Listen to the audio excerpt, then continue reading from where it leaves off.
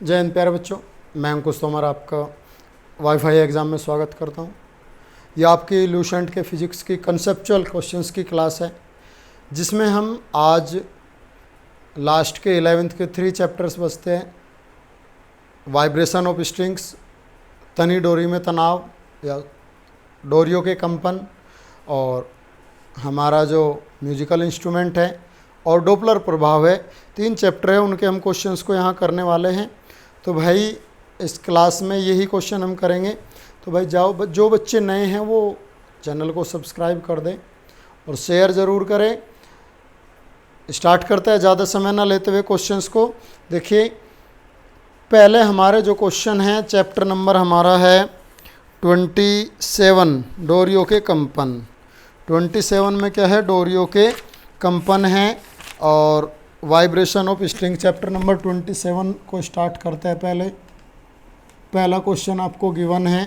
पहले क्वेश्चन में क्या कहा है? पहले क्वेश्चन में कहा है भाई, डोरी का तनाव बढ़ाने से अनुप्रस्थ कंपन की आवृत्ति, अनुप्रस्थ कंपन अगर टेंशन बढ़ा दे, टेंशन को बढ़ा दे, तनाव बढ़ा दे, तो क्या होगा भाई? तनाव बढ़ाने पर कंपन यानी कि फ्रीक्वेंसी क्या होगी?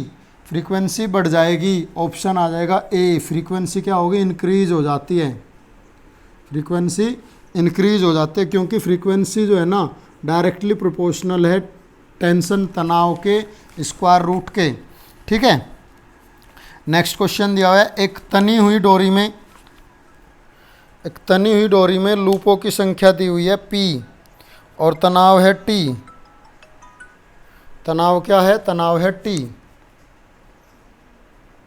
ठीक है। तो ये पूछता है कि कौन सा रिलेशन सही है। तो भाई इसके लिए जो रिलेशन होता है, ये होता है पी स्क्वायर इंटू टी। क्या होता है? कॉन्स्टेंट होता है। पी स्क्वायर इंटू टी क्या होता है? एक कॉन्स्टेंट होता है। ठीक है। तो आपका ऑप्शन क्या आ जाएगा? ऑप्शन आ जाएगा आपका बी। सेकंड का ऑप्शन आ जाएगा बी। क्वेश्चन ही बंद हो गई। अब क्वेश्चन नंबर हमारा आ जाता है क्वेश्चन 3। एक डोरी के कंपन की आवृत्ति को क्या कर दिया जाए? 2 गुना कर दिया जाए, तो तनाव क्या होगा? फ्रीक्वेंसी क्या कह रहा है? 2 गुना कर दे। तो फ्रीक्वेंसी में और टेंशन में क्या रिलेशन है? न्यू प्रोपोर्शनल है टेंशन के स्क्वायर रूट के। तो न्यू स्क्वायर प्रोपोर्शनल किसके हो जाएगा? टी के। तो फ्रीक्वेंसी को 2 गुना कर दे, यानी कि 2 का स्क्वायर क्या हो गया? 2 का स्क्वायर हो गया 4। तो तनाव कितना हो जाएगा भाई? 4 गुना हो जाएगा। टेंशन कितना हो जाएगा? 4 गुना। और 3 का ऑप्शन आ जाएगा आपका डी। 3 का ऑप्शन कितना आ जाएगा? डी। क्वेश्चन नंबर 4 देखिए,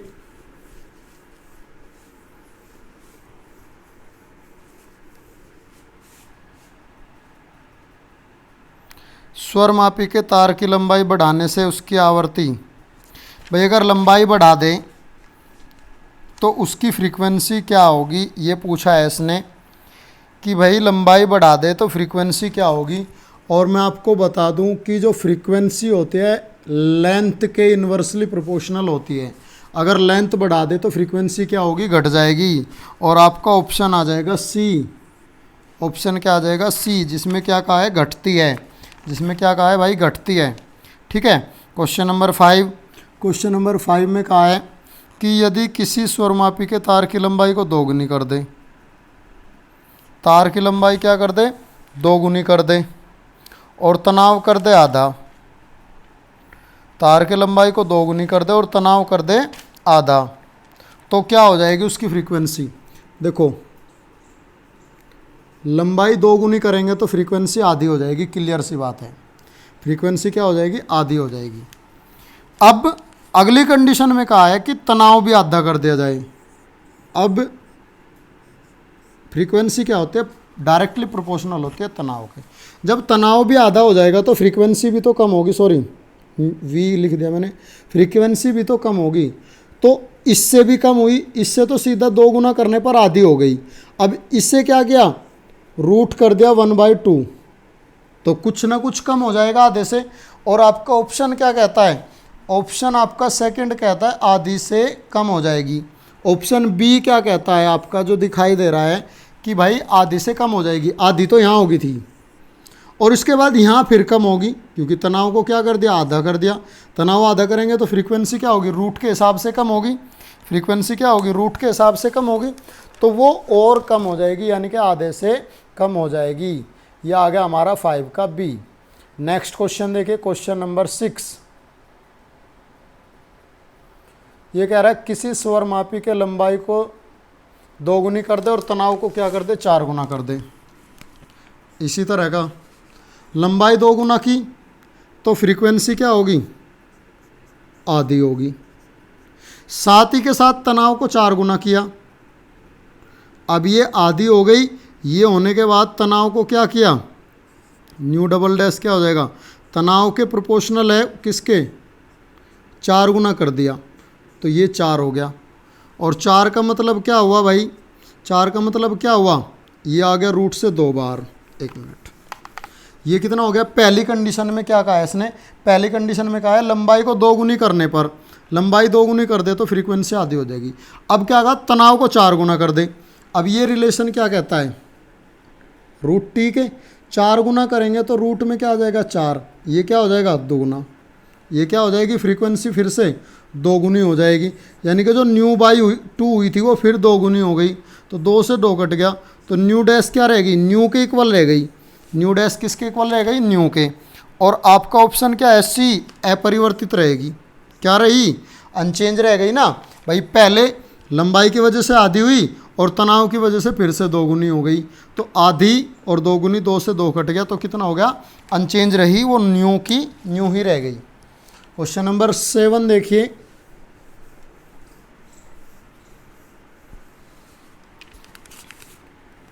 एक डोरी के कंपन की आवृत्ति 2 गुनी हो तो तनाव क्या होगा।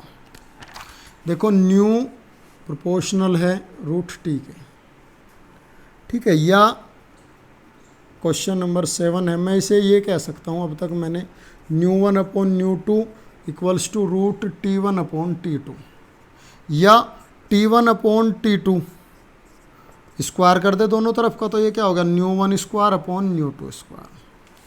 अब ये कहता है कि भाई फ्रीक्वेंसी को 2 गुना कर दे, अगर फ्रीक्वेंसी को पहले न्यू थी फिर क्या कर दे, 2 गुना कर दे, तो स्क्वायर होके क्या हो जाएगा, 2 का 4 हो जाएगा, तो तनाव कितना हो जाएगा, सीधा सीधा पता चल रहा है, 2 का स्क्वायर होके कितना हो गया, 4 गुना हो गया। टेंशन, तनाव कितनी हो गई, 4 गुना हो गई। और आपका ऑप्शन आ गया 7 का डी, 7 का ऑप्शन आ गया D. Question number 8,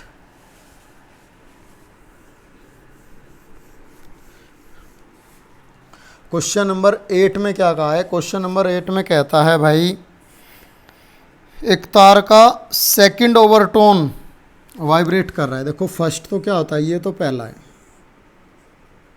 sorry first नहीं, ये तो फंडामेंटल मूल आवर्ती है हमारी। अब मूल आवर्ती के बाद ये हो गया हमारा second overtone, sorry first overtone, पहला अधिस्वरक, ये मूल आवर्ती, इसके बाद पहला अधिस्वरक और इसके बाद दूसरा अधिस्वरक।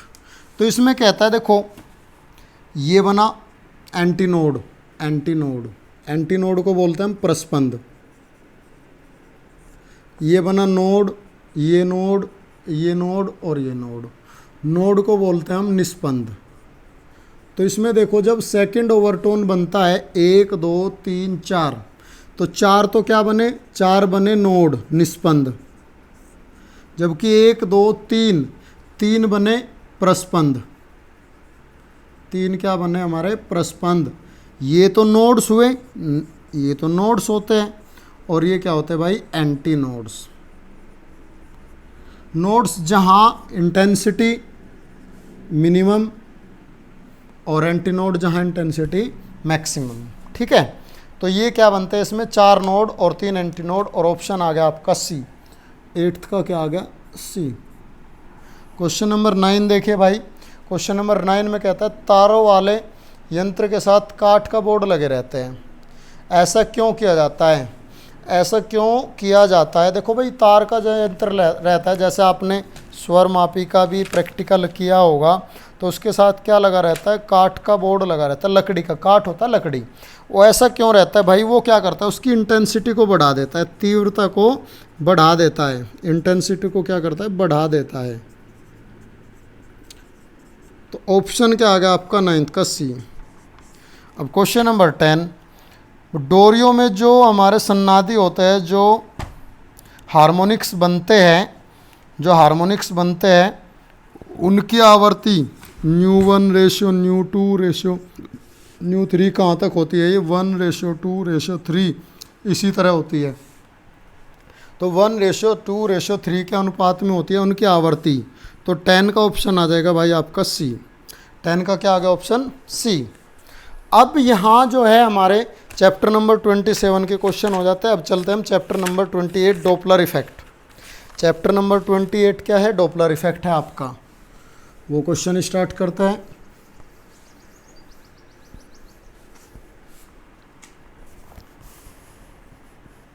डोपलर इफेक्ट के क्वेश्चन अब स्टार्ट करते हैं। देखिए थोड़ा सा बड़ा कर देता हूँ। पहला क्वेश्चन, डोपलर प्रभाव किसके लिए सत्य है। डोपलर प्रभाव लाइट और साउंड दोनों के लिए, प्रकाश और ध्वनि दोनों के लिए है। तो ऑप्शन आ जाएगा आपका सी। किसमें सबसे अधिक आभासी आवृत्ति, जो हमारी अपरेंट फ्रीक्वेंसी होती है, किसमें होगी। ऑप्शन पढ़ लीजिए। ऑप्शन होगा आपका स्रोत और प्रेक्षक, यानी कि सोर्स और ऑब्जर्वर दोनों एक दूसरे की ओर आ रहे हैं, तो सेकंड का भी सी हो जाएगा। जब सोर्स और ऑब्जर्वर दोनों क्या होंगे, एक दूसरे की तरफ आएंगे। क्वेश्चन नंबर 3 है, गतिमान ध्वनि स्रोत, मूविंग सोर्स है, उसके पीछे एक स्थिर ऑब्जर्वर है, एक रेस्ट में है ऑब्जर्वर, तो उसे ध्वनि क्या, अगर भाई कोई गतिमान है हमारा, आगे की ओर गति कर रहा है सोर्स, और उसके पीछे ऑब्जर्वर है, तो उसे क्या होगा, ऑब्जर्वर को फ्रीक्वेंसी कम सुनाई पड़ेगी, नहीं पड़ेगी। तो फ्रीक्वेंसी क्या होगी, उसे कम सुनाई पड़ेगी। ऑप्शन आ जाएगा 3 का बी हमारा। क्वेश्चन नंबर 4, एक स्रोत किसी मिल सायरन की ध्वनि को सुन रहा है। मिल में जो सायरन बनता है उसे सुनता है कोई ऑब्जर्वर। जब वह मिल की ओर जाता है, अब वो क्या, उस मिल की ओर चलना शुरू कर दिया उसने, यानी कि सोर्स की तरफ चल दिया। अब सोर्स की तरफ चलेगा, तो सोर्स की तरफ चलने पर उसे वो ध्वनि और ज़्यादा सुनाई देगी, उसे वो ध्वनि क्या होगी, और ज़्यादा सुनाई देगी। और 4th का ऑप्शन आ जाएगा आपका ए। क्वेश्चन नंबर 5 क्या कहता है, एक यात्री चलती रेलगाड़ी में बैठा है, चलती रेलगाड़ी में बैठा है, जिसके इंजन की सीटी बज रही है। यात्री द्वारा सीटी की आवृत्ति कैसी होगी। देखिए क्वेश्चन में क्या कहता है, एक यात्री चलती रेलगाड़ी में बैठा है जिसका इंजन सीटी बजा रहा है, और यात्री द्वारा सुनी गई सीटी की जो आवृत्ति होगी, वास्तविक आवृत्ति के साथ क्या होगी भाई, वो ना ही तो सोर्स से दूर जा रहा और ना ही सोर्स के पास आ रहा, जहां वो बैठा हुआ है वहीं बैठा हुआ, वो यात्रा कर रहा है ट्रेन के साथ। अगर वो हो सकता है कहीं प्लेटफॉर्म पे खड़ा होता और ट्रेन उसकी तरफ आ रही थी या ट्रेन उससे दूर जा रही थी, तो उसे फ्रीक्वेंसी कुछ अलग सुनाई पड़ती। बट वो सोर्स के साथ है, जितनी तेज़ सोर्स चलेगा उतनी तेज़ वो चलेगा। सोर्स के साथ है तो उसे बराबर फ्रीक्वेंसी सुनाई देगी, जितनी फ्रीक्वेंसी मूल है उसी के बराबर सुनाई देगी। और ऑप्शन आ जाएगा आपका 5th का सी। 5th का ऑप्शन आ जाएगा सी।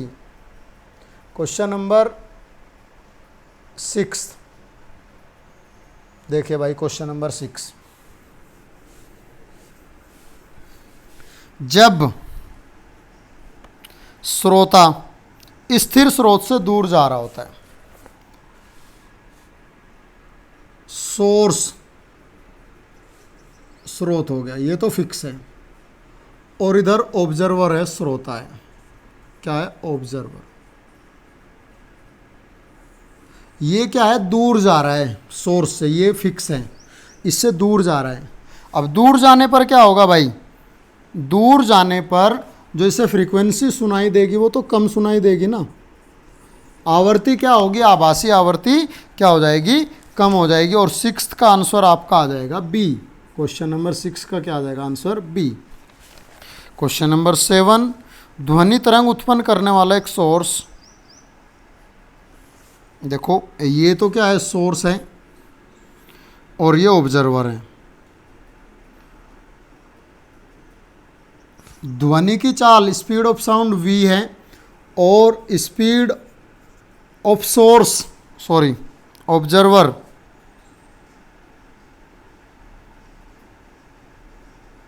क्वेश्चन नंबर हमारा 7 है ना, ध्वनि की चाल की बराबर चाल से दूर जाता है, यानी कि जो ऑब्जर्वर है उसकी स्पीड कितनी है, वो साउंड की स्पीड के इक्वल है, दूर जाता है। तो ये कहता है कि उसकी आभासी आवर्ती न्यू क्या होगी, आभासी आवर्ती न्यू क्या होगी भाई, जब वो दूर जा रहा होता है, जब वो दूर जा रहा है, ठीक है, ऑब्जर्वर।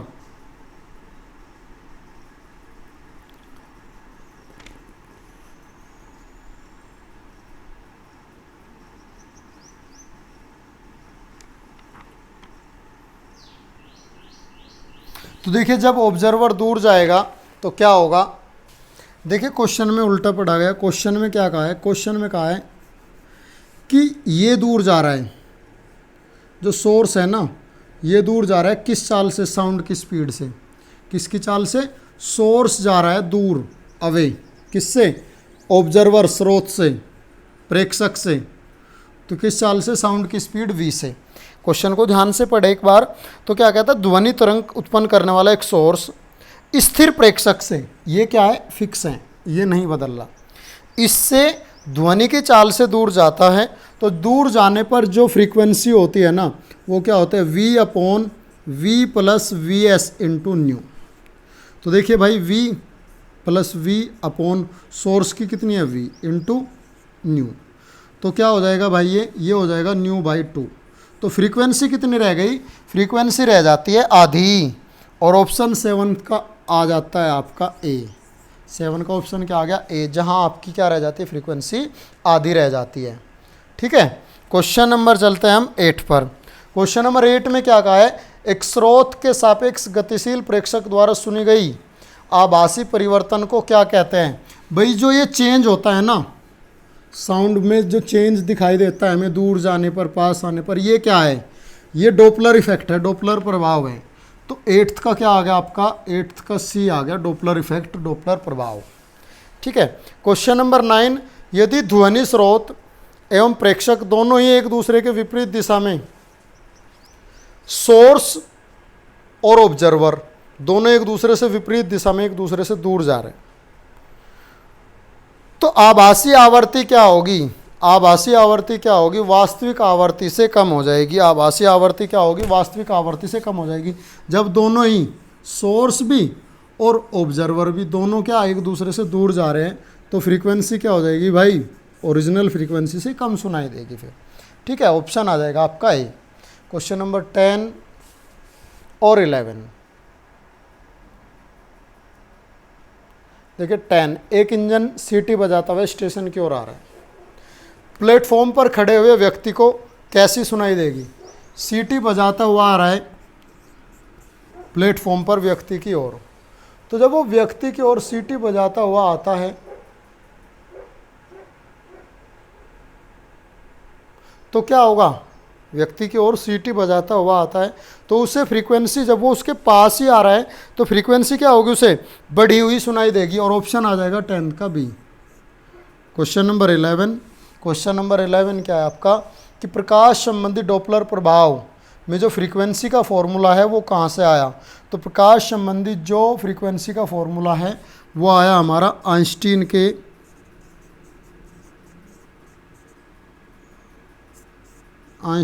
सापेक्षिता, आइंस्टीन के सापेक्षिता के सिद्धांत से, आइंस्टीन के सापेक्षता के सिद्धांत से ये हमारा फॉर्मूला आ जाता है। ठीक है, तो ये जो है हमारे ये डॉपलर इफेक्ट के क्वेश्चन हो गए, 11 ही क्वेश्चन ये इसमें दिए हुए हैं। अब हम चलते हैं चैप्टर नंबर 29। चैप्टर नंबर 29 जो म्यूजिकल इंस्ट्रूमेंट है उसके क्वेश्चन पे। चैप्टर नंबर 29 म्यूजिकल इंस्ट्रूमेंट के क्वेश्चन है, उन्हें देखते हैं हम। चैप्टर नंबर 29, चैप्टर का नाम जो है वो है हमारा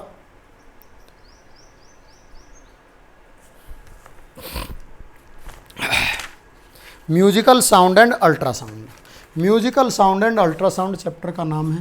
तो देखिए पहला क्वेश्चन क्या कहा है, पहले क्वेश्चन में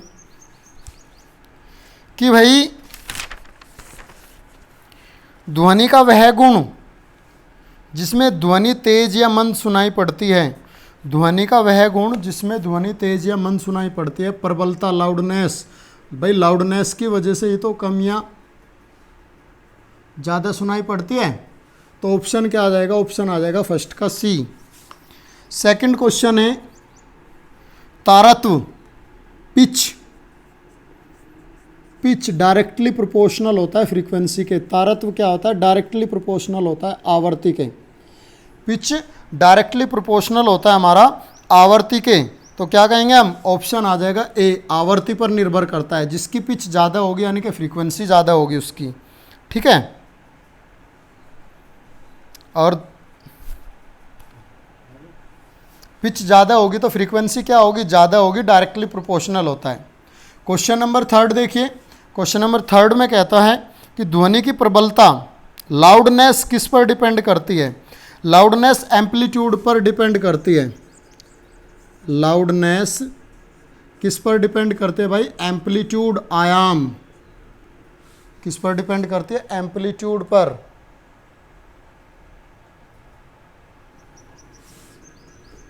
एम्पलीट्यूड आयाम पर, ठीक है। तो आपका ऑप्शन क्या आ जाता है, आयाम। ऑप्शन आ गया आपका बी।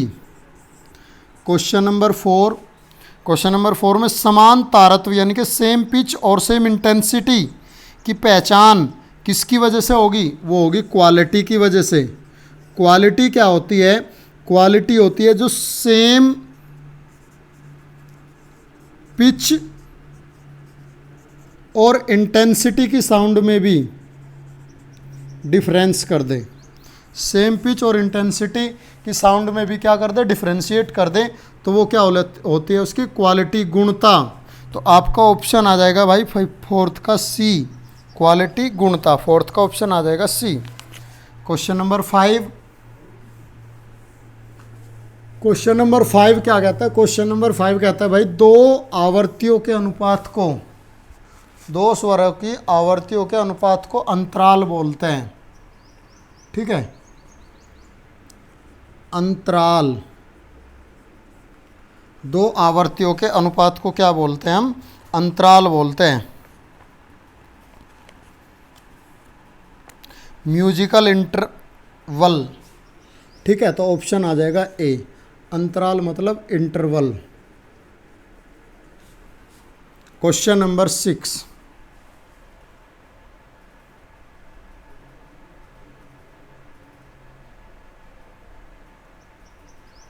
क्वेश्चन नंबर 6 में म्यूजिकल स्केल में जो सप्तक ऑक्टेव होता है ना, म्यूजिकल इंस्ट्रूमेंट ऑक्टेव जो होता है, म्यूजिकल स्केल में जो ऑक्टेव होता है उसकी फ्रीक्वेंसी क्या होती है, डबल होती है।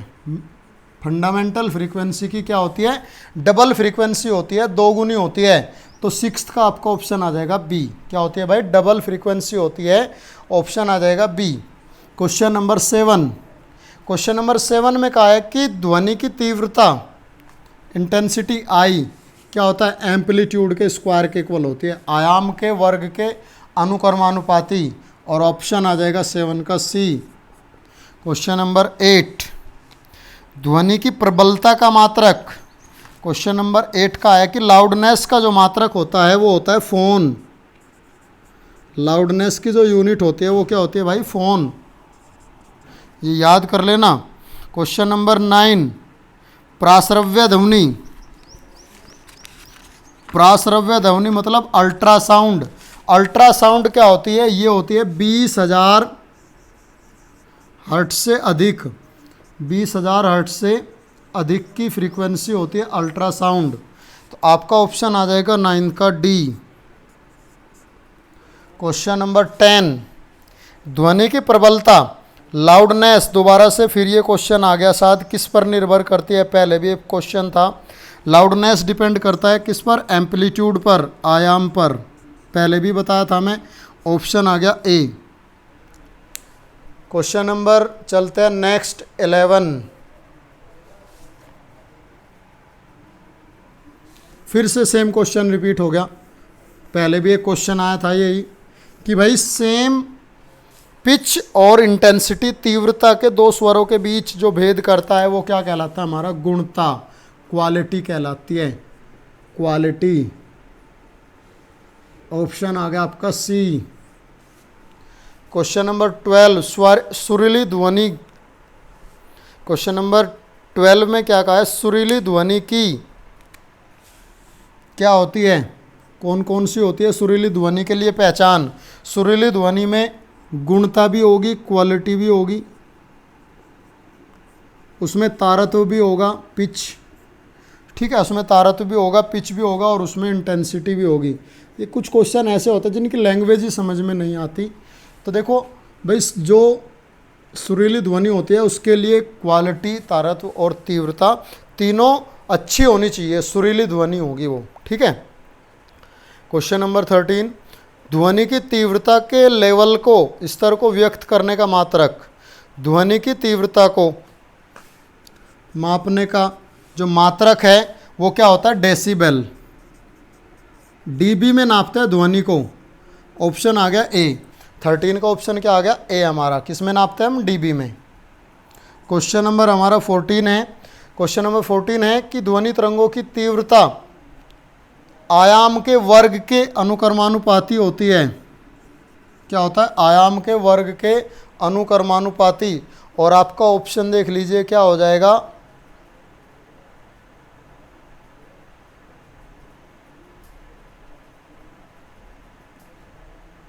एक मिनट, क्वेश्चन में क्या कहा है? आयाम के नहीं कहा, तीव्रता कहा है इस बार।